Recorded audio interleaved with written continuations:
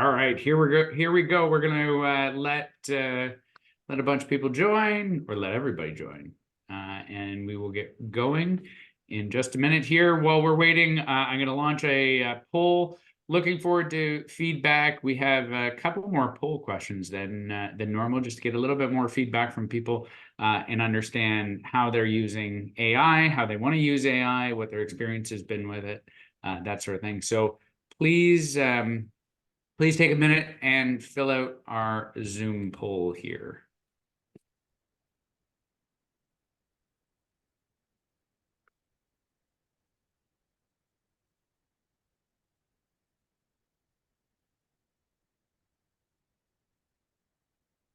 Share my screen so everybody knows they're in the right place.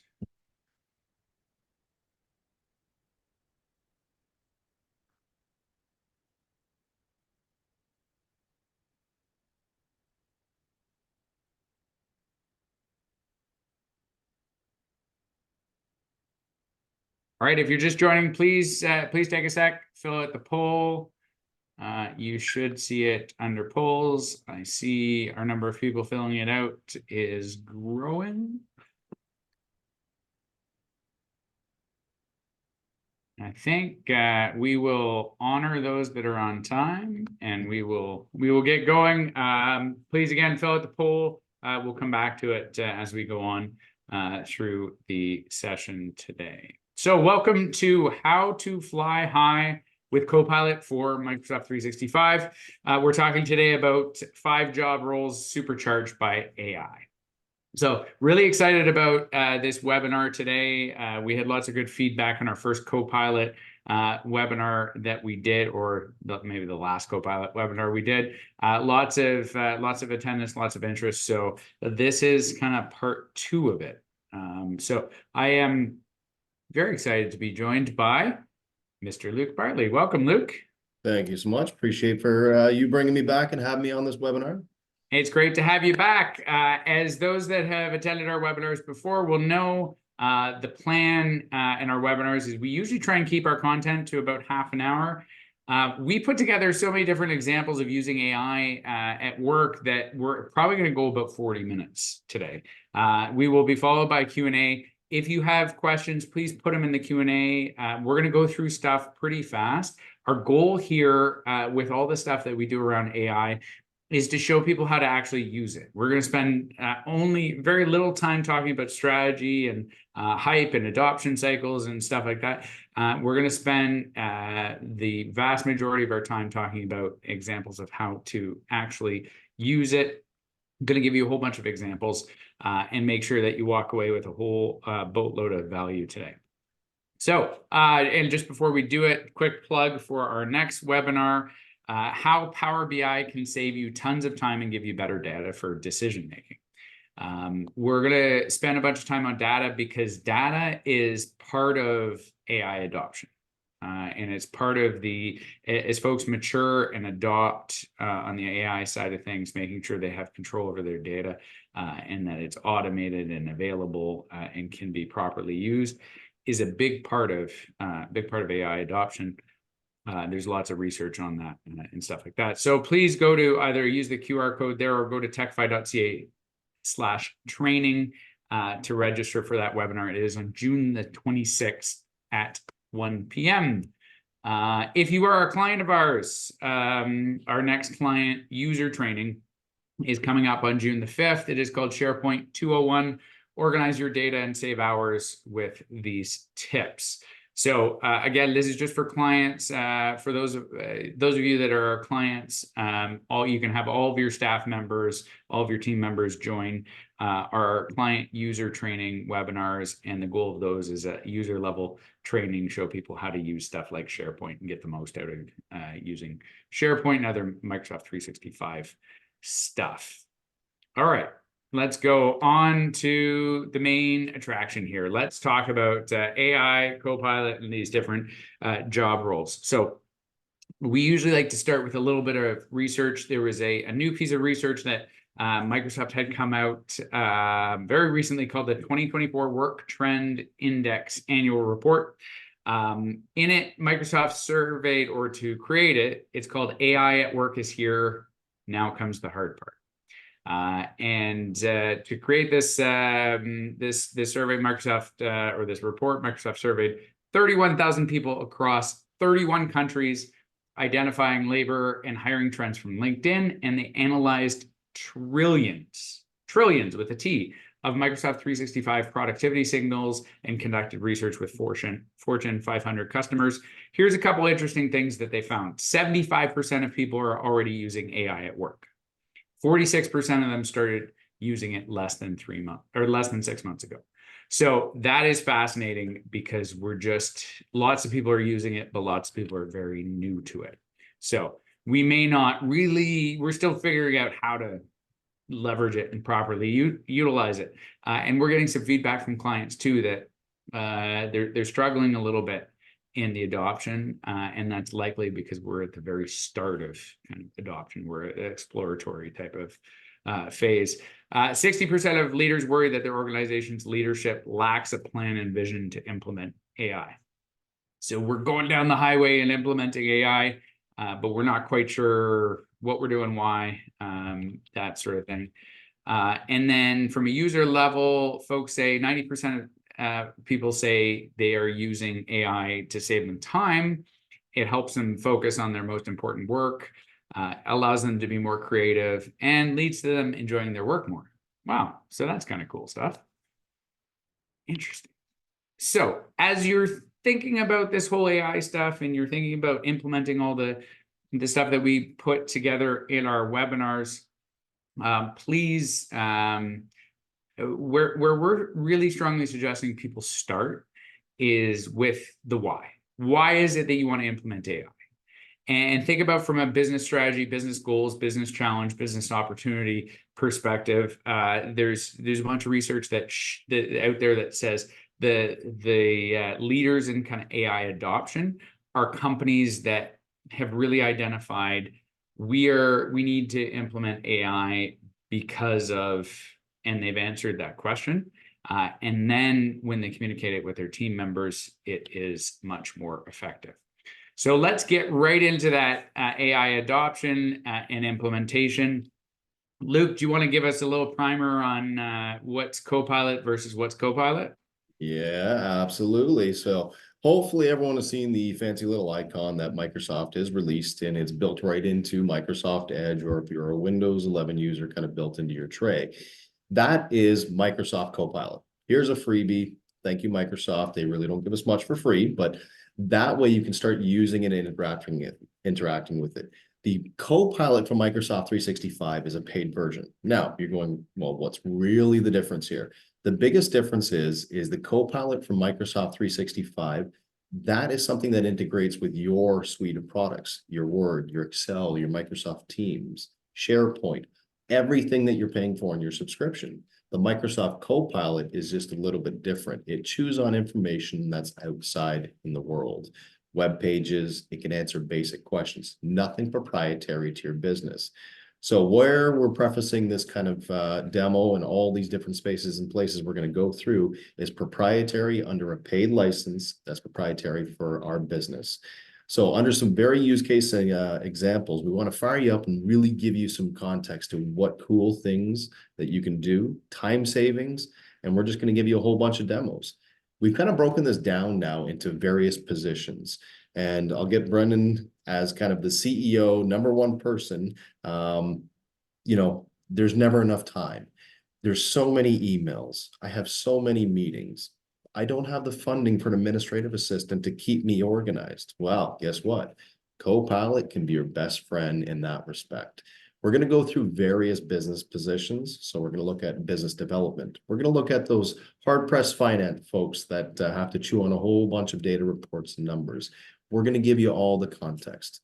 So I'm going to flip it over to Brendan really quick, just to start taking us through some of those pain points that CEOs have. And a use case example is email. Oh, yeah. Let's talk about our inboxes. Like, does anybody feel just overloaded with the amount of email and getting bombarded? Well, here's how we use Copilot around here to help help with that overload. If you have these long kind of threads of emails, you can get Copilot to summarize them for you, so you don't have to go through 10, 15, 5, whatever different emails and long emails, or even summarize individual emails. You can get it to write emails for you. You can get it to suggest emails. It's a really quick way to just manage your inbox better, and reduce that kind of overload. You have a Teams example too, right, Luke? Yeah, like think about this.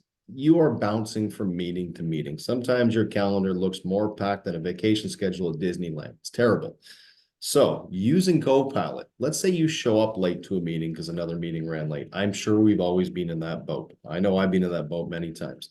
The brilliant thing about Copilot is you don't have to interrupt and stop a meeting to go, excuse me, what did I miss? Can you let me know? Not at all. You can simply ask Copilot to say, catch me up on what I missed. And it secretly says in the chat there, this is what was said. Here's some action items. This is what you missed. So it's like kind of that your secret little voice, your secret superpower to think that you're the all-knowing, when in fact you might have been a little bit late to the meeting, which is perfectly fine. And even the nice thing about this is after the entire meeting, sometimes you might want to tune out, you check an email, you can actually have Copilot summarize the meeting and ask for action items. Brennan needs to do this. Luke needs to do this. Jade needs to do this. You now have all that right at your fingertips with just a couple keystrokes. Yeah, it's awesome.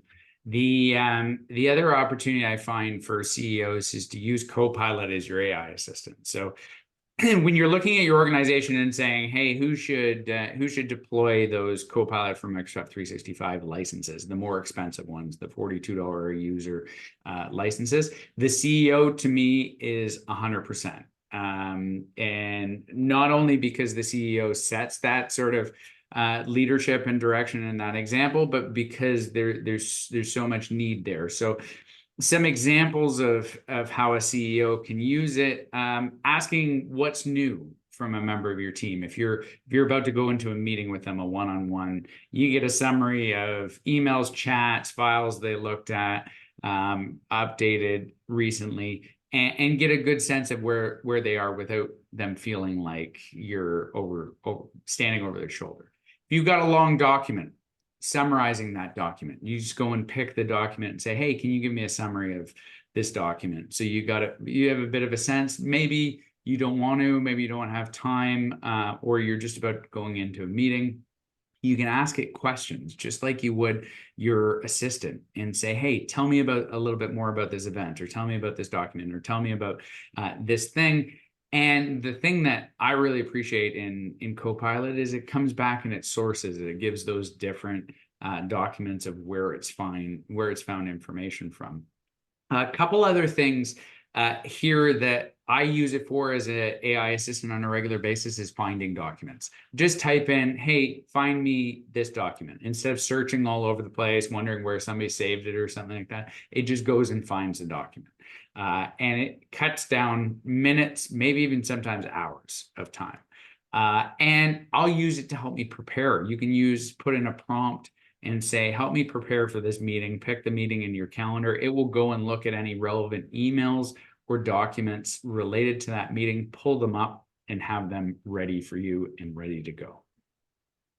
Cool. Now think about it this way too, even as a CEO, right? Time, replies, simple phone calls, that is all time. Let's level up your team experience. You have something called a chatbot. We can build a chatbot system right into Teams to answer some of those very basic questions. It's not necessarily a deflection point, but if you allowed folks to self-serve to talk about policies, maybe practices, or general questions, you can have staff interact with their chatbot by simply typing a message inside of Teams. And because that chatbot is pointed to specific areas within your modernized SharePoint, it will actually respond to staff. Again, saving that phone call.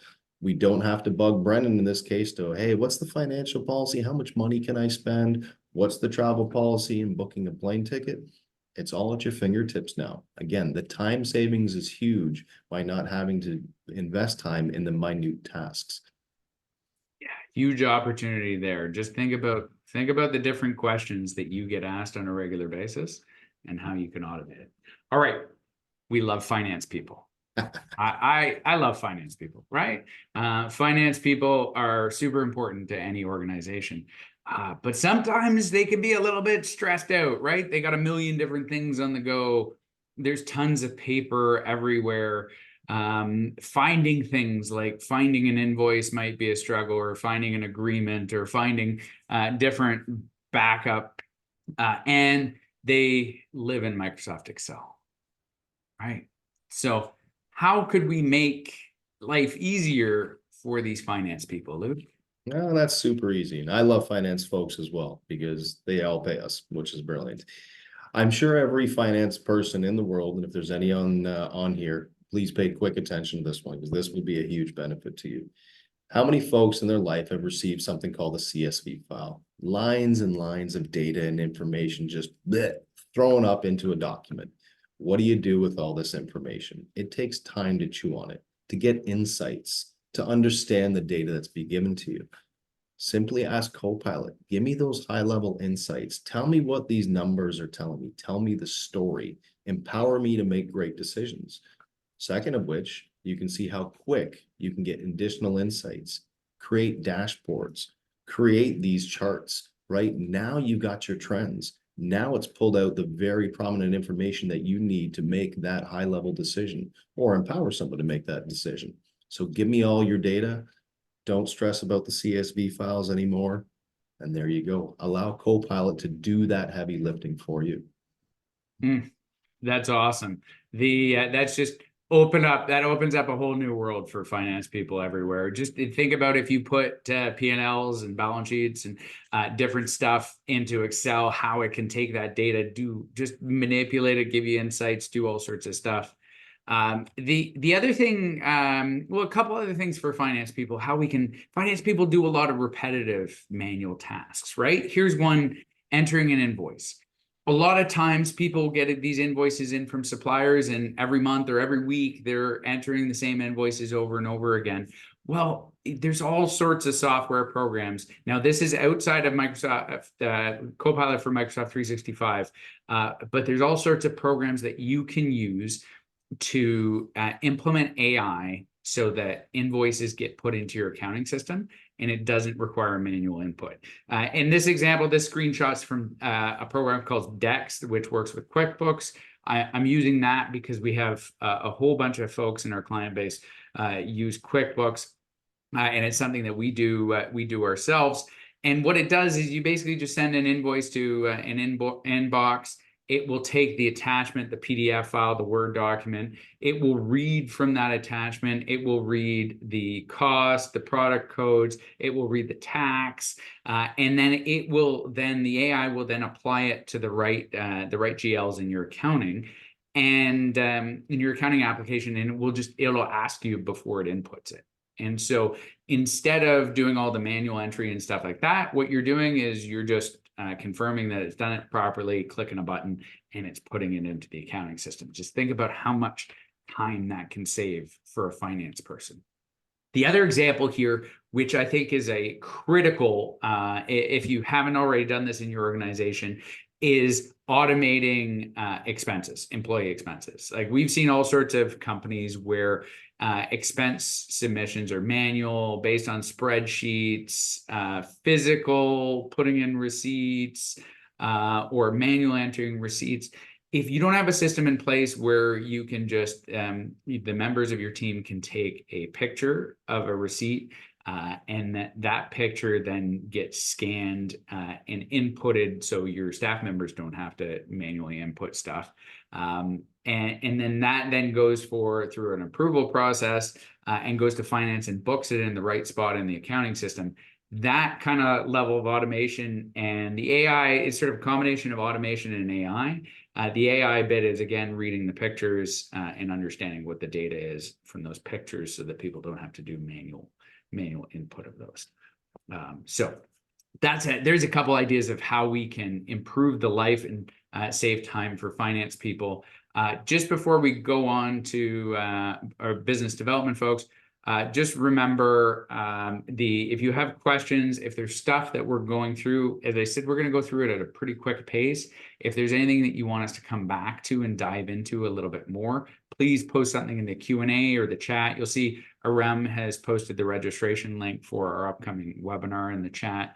Feel free to use either the chat or the Q&A. We have them both set up for you to use today. All right. So speaking of important people, business development people, salespeople, marketing people, the lifeblood of growth. We need these folks to be as productive as possible. We need them out hunting. They have all this kind of stress because they need to have a high level of activity. They need to be making calls, emails, doing marketing tasks. But sometimes they're overwhelmed by administrative tasks like entering things in the CRM, maybe by drafting emails, maybe not knowing how to handle a tough objection. Maybe it's the time to create proposals and develop content for marketing. That can take a ton of time. So Luke, can we help out those people? Yeah, absolutely. As you said, they are the rock stars of the organization, right? They drive growth. They are the front door knockers, the cold callers, the people that you are representing your organization from. How many times do they have to send umpteen number of emails, whether in a campaign or maybe they're following up? Let's utilize Copilot here. We're going to double down. In our example, say, hey, you know what? Create me actually 2 email drafts.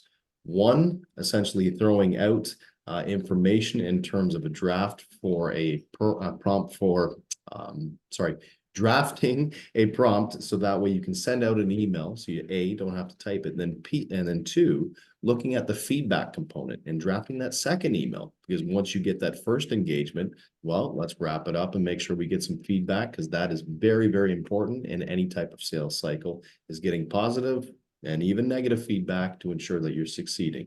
So utilize Copilot to start drafting all those emails. And here's an example. What Luke just spoke to was an example of just regular Microsoft Copilot, which is included in the business premium licenses that most folks have. You don't even need to have the more advanced Copilot for 365. Now, if you do want to go more advanced and say automate proposal generation, well, if you have Copilot for Microsoft 365, you can in Microsoft Word, you can have Copilot generate your first draft of a proposal document. You can tell it, you can reference certain documents, and it will create a proposal for you. So think about, there's still some challenges with this process, and Copilot is continuing to evolve and improve. But think about this potential of automating the legwork of proposal generation in your organization. So for professional services firms, that non-billable work of creating proposals, for just anybody else, just the volume of proposals and RFPs.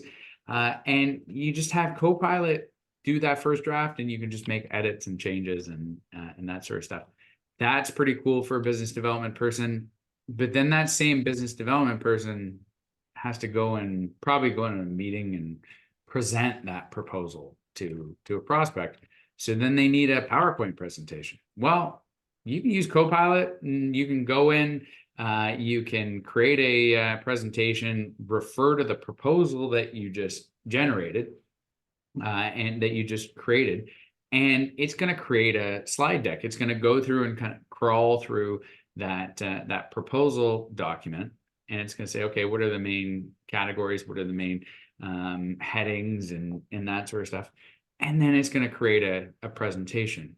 And wow, there we go. It creates a presentation. And as you can see, it's a very professional looking presentation, nice images, good content, that sort of thing. Imagine how much time you can save for your business development folks if you've got something that will create those presentations for you. 100%. Now, aside from just the one-to-one customers, I'm sure that most BDRs are also running blogs or posts or information that's being put out to the world. Oh, again, let's level up. Let's use Copilot to start writing some narrative for all your blog posts that are out there. Rather than sitting and grinding over a cup of coffee and making sure the I's are dotted, the T's are crossed, the grammar's perfect, use AI. Ask it those key questions, input your information. It will spit out exactly what you can copy and paste and post right on your website. This example here, let's create a blog on AI user adoption. Fantastic. Boom, boom, boom. Only took a few seconds. Now you've got a blog post and you can sit there and blog all day long. It's a very relevant topic too. Absolutely. Well, also think about this. When you are contacting a customer, let's say it might be an initial meeting, might be a second meeting, a third meeting, maybe where they land on the prospect board. Researching and knowing about the company is key. Now, this is where you can use Copilot on the web. So in our example here, Techify, you can ask Copilot to research everything to do about a company. So you get to understand who the company is, maybe the size, the business model, what's their mission, their vision. Copilot can take all that information that is publicly available about that company and empower you to have stronger conversations, to really feel like you know that person's business and really drive that engagement with a potential prospect or customer. And they're going to think, wow, they really are engaged. They really know about us. Well, secretly, we can thank Copilot for that. Mhm.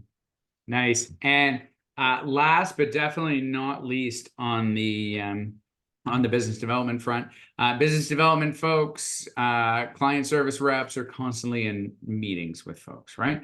But taking notes and taking detailed, good notes is difficult.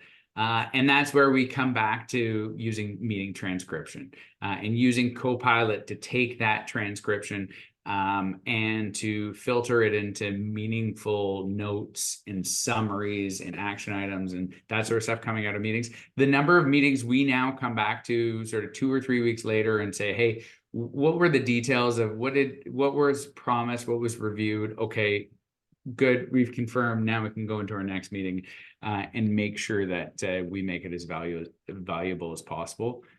It's super important and really, really useful. One other thing I'll just add on the sales front. So some salespeople like to golf, and some of them do it for, business development reasons. One thing I learned recently, and it was from my stepmother, actually. You can use Siri. If you say, hey, Siri, what's 4 + 5 + 6 + 7 + 2 + 3? And you can add up your golf score and use AI to add up your golf score so that you don't have to manually do it and you don't have to type it into a calculator, and it's really fast. So I just figured I'd just add in that little bonus item because it entertained me when she was telling me about it. I feel like it's a cheat code for students as well. It probably is, but you know what? There's AI. We don't think AI is going to eliminate jobs. I think the people using AI are going to take the jobs of the people not using AI. Absolutely. So that's what we're seeing. All right, let's talk about customer service people, right? They are challenged with, they got to say the right thing. They got to find the right information. They need to write really good emails. And so how do we support these customer service people? Absolutely. Kind of referencing back to that chatbot where we said where we can save the CEO time. Well, think about this. A customer calls in, talks to the customer service representative. They are the rock star. They are the organization's representation of who they are and what they can provide. Well, sometimes there might be a bumper stumper question that the customer service rep just doesn't know right off by heart.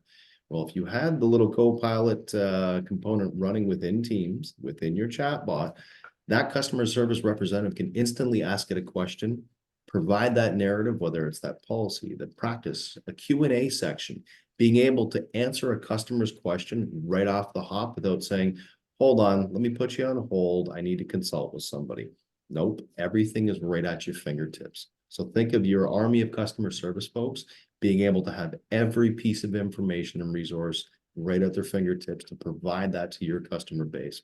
It's a brilliant time savings. Yeah, then you need less management, less supervision. You have better first call resolution, whatever your kind of key metrics are. It's great. You can customize these chatbots. The other thing you can do is not everybody communicates really effectively in a written form. right? So you could spend all sorts of time and effort training people on how to better communicate in writing.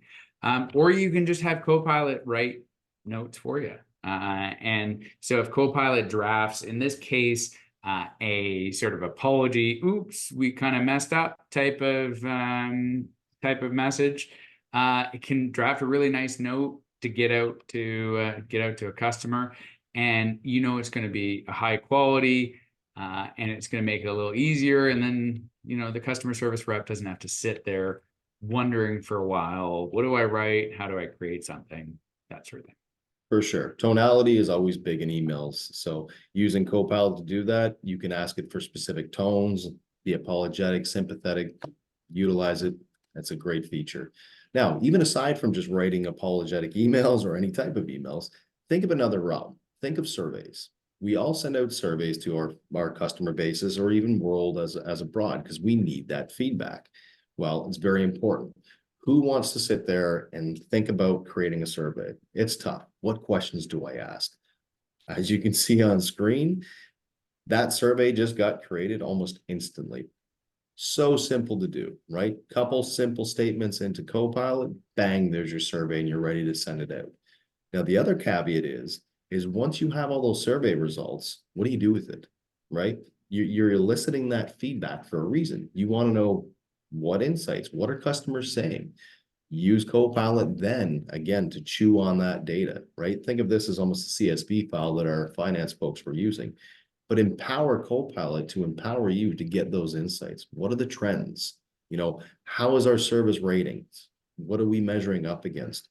Asking those right questions, and within seconds, you're going to see Copilot spit out and chew on that data and give you that trending report. Hey, look, we're getting some awesome scores based upon the feedback that we received from the survey we sent out. Toss it into the charts right here. Bang, all of a sudden now you have a report that you can even send up the ranks to the manager, director, or anyone else that's managing the service department. Yeah, it's amazing the speed, right? The speed that you can do it when you can visualize stuff. And even the AI is telling us how to communicate with the AI. You don't have to come up with a prompt. It says, here's a suggested prompt, analyze. And it tells you how to talk with it. I think that's fantastic. All right. So our last job role, we want to talk about the IT guy or IT person. I don't know. We call it the IT guy because usually it's a guy. But sometimes it's not. So here's what we want people to think. I know a lot of folks have their IT company and say, okay, IT's covered, or they have an IT department. But we really want you to think about, is your IT being managed, supported by somebody who is using AI, or is it being managed and supported by somebody who's not using AI? Because there is a dramatic difference in terms of quality, in terms of risk reduction, in terms of speed. So let's give you some examples of some of the differences. Absolutely. And this is kind of really, it touches in my realm of the world, being, technical for the last 20 plus years of my career. This is a game changer. There's no ifs, ands, or buts around it. Things that I cannot specifically do. I never went to school for programming or code writing or scripting. That was never in my wheelhouse. However, using Copilot, we all know about PowerShell scripting if you're kind of in the technical side, or scripts and you click the one little button and a whole bunch of things happen. Well, you need a whole bunch of code to get there. I will transparently admit that I don't write code, but with Copilot, I can prompt it with some very simple questions to say, this is what I want to accomplish, make it happen. And you can see the outputs that I get, these fancy little scripts, which then allows me to then go apply it to a customer environment and make a massive change invisibly and almost instantly. I don't have to go down the Google hole and reading blogs and people's posts and trying to figure out what's the right answer and what's going to work. Nope. I'm just going to ask Copilot and I will get the exact, precise, direct answer that I need under my use case scenario. Makes me so much faster at what I can do and so much more efficient. And it's a massive time savings for me. Yeah. And so the speed, like you think about the speed to implementation, the speed to adoption, the accuracy, less human error, all that sort of stuff. We'll give another example here. So we created a chatbot that points to Microsoft Learn as a source. And it allows our team to ask questions about best practices and how to do things. And the example here, asking about conditional access policies, which are really important from a security perspective. And think about if your IT folks are powered with this kind of information that they can ask, that they can get the information, that they can interact with generative AI and with chatbots to get this easy, the quality of support, like the difference between the knowledge and support when doing this versus like just Googling something or relying on your own information, you're basically taking a huge database and getting answers and getting information and having it properly sourced and stuff like that. So like you want your IT folks to be relying on this stuff. If they're not powered by data and AI, then the quality of technology support is not going to be as good. Think about deploying a computer. Think about setting up a new employee or terminating. Every time those computers don't get set up quite the same way, or the new employee doesn't get set up the same way, or somebody forgets to shut down an account or access to something when an employee leaves, that's because it's being done manually and it's being relied on for a human being to make sure that they remember to do stuff. Even think about from a cybersecurity perspective, like we could give all sorts of examples, but the cyber criminals out there are attacking you using AI. So if your IT folks are not using AI to protect you against those attacks, then you're not going to have as sophisticated a defense. Okay, so 5 different job roles, bunch of examples of those different job roles, what you could be doing. How do you get started? Where do you go from here? Well, here's a simple kind of path that you could take away.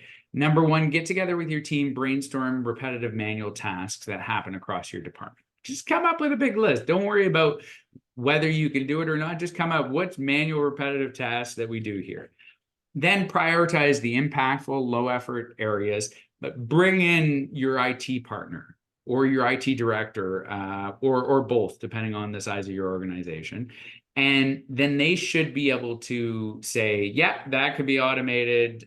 We can use AI for that. Let's try that. And so then you implement and evaluate a few solutions. And the idea here is you take in sort of an easy project and you get going. And then you can establish a quarterly AI integration process and you get that kind of rhythm going. And then you're really moving along. Now, in order to do this, you have to make sure that you're moving along the path of being AI ready. And we won't spend too much time on this, but it involves, you want to have your stuff in the cloud because AI lives in the cloud. You want to organize your data, security policies, security groups, data management, that sort of thing. And you want your team practicing with generative AI and getting used to it and using the copilots and that sort of thing, and getting up to speed. So the other challenge with kind of implementing this is what we believe really strongly in. Reactive IT doesn't work for AI implementation. Reactive IT can stall it. Here's what happens with reactive IT. Usually there's an issue, it disrupts somebody's work, there's a solution, but then that same issue just keeps on happening over and over again with other people, right? And there's more tickets that go in, and there's more tickets that get closed and tickets that get solved. But putting in a ticket request to implement AI is it's not really gonna work. We need to get to a more strategic, more proactive type of process. So here's how we break that reactive cycle. When there's an issue, work disruption, we come up with a solution. We add it to a best practices standard. So we've created this big bunch of best practices standards, which are kind of hardware, software, configurations, processes to support. We now have over 800 best practices. And we know when those best practices are implemented, that leads to the kind of result that we all want to see. And then the world of IT becomes an alignment challenge. So, hey, I've got all these best practices around Copilot and AI implementation and adoption. I can show a business where are they not aligned with AI implementation best practices, so that you know what's the path what's the path to implement AI? What do I need to do to make sure the infrastructure is going to support it, the cybersecurity is going to support it, that the data is going to support it, and the automation capabilities right there. And then you identify those misalignments and then look at what's the business impact of those misalignments. Is this standing in the way of us achieving our corporate goals? And that's how you create really good technology strategy. And then when you have a process to implement it, and we do it through what we call monthly techification visits and quarterly strategy sessions, where we have once a month a very technical audit review and align against those best practices. And then that feeds into a road mapping process where our clients can get an AI implementation roadmap, they'll get a cybersecurity roadmap, and an infrastructure roadmap, and then an adoption roadmap. And those things become the core of moving IT from the usual help desk, do project work, remotely monitor, manage this and that, to be way more strategic and way more proactive. So if you want to go deeper, and this is where we'll wrap up and then take questions. So if anybody has any questions, please pop them into the Q&A or the chat. We've got a great event coming up. So we just packed in a whole bunch of stuff into 40 minutes. We have a half-day event coming up called our Techify AI Summit. It is almost sold out. We've got over 150 people registered. The capacity is actually 150, but we're assuming that there's going to be some no-shows or some people that will cancel at the last minute. So we still have registration open for it. It is on June the 12th. It is from 11:30 to 5 p.m. down in the Microsoft Canada headquarters. We're going to be going through 50 different ways to implement AI in your business. We're going to have a all-star speaker panel, some experts from Microsoft, a bunch of folks from our team, a bunch of different examples, a bunch of success stories. We're going to have a CEO panel with 3 different CEOs that are going to talk about their experience with implementing AI and where it's been wildly successful. So if you're interested in that, QR code or Rem will pop in the chat if oh, look, she already has a link to registering for the AI Summit, and use the code AIVIP. Otherwise, you'll have to pay $100 for a ticket. But since you've come to this webinar today, and since we like you so much, you can register for that AI Summit by going to that website and putting in AIVIP as the code. The other thing that you can do is you can go and register for a Copilot readiness assessment, where we will evaluate. We've got a bunch of questions that we'll ask and give you a sense of, are you ready to implement Copilot? Are you ready to implement AI? What's going to stop you? What's going to stand in your way? If you go to copilot.techify.ca, sign up. Our team will send you a form to fill out, and then we'll hop on a call and talk you through what kind of suggested roadmap would be coming out of that. All right. Or if you can always reach out to Luke or I, the old-fashioned way, email or phone, right? Yeah. All right. Should we, Luke, do you think we should answer some questions? Yeah, absolutely. Let's go pop over the chat here. So it looks like Ellie, you got a question there. Do you need to have record transcripts set for Copilot to do all the stuff you did in Teams, summarize the date and all that fun stuff? The answer is yes. In order for Copilot to understand the questions you're asking, transcript should always be on, because otherwise when you use the, hey, catch me up because I was late in a meeting, it's going to stare blankly at you and go, I don't know. So it needs to be on. Awesome. Yeah, and there's ways that you can do it as a standard. You can set up within Teams that you'll just transcription will be on as a standard. We don't love to do that just in case there's meetings that you don't want to have transcribed or you don't want to have recorded. So it's better to turn those on, but you have to have it set up in your tenant, and it's it's one of the best practices that are important to have in place. Agreed. About the only manual process we actually embrace. Yeah, absolutely. Okay, that was a lot of stuff that we just fired through. If there's any more questions, please speak up now, pop something in the Q&A panel. Otherwise, we hope to see you all at our AI Summit on June the 12th, and feel free to sign up for a Copilot readiness assessment, details of which for those things are in the chat, as well as our future webinars. Luke, thank you for joining me today. I appreciate it as always, and it's a pleasure to digitally meet everyone that was on the call today, and hope to see everyone at our AI Summit on the 12th. Thanks everybody for joining. Have a great day. Thank you so much. Take care.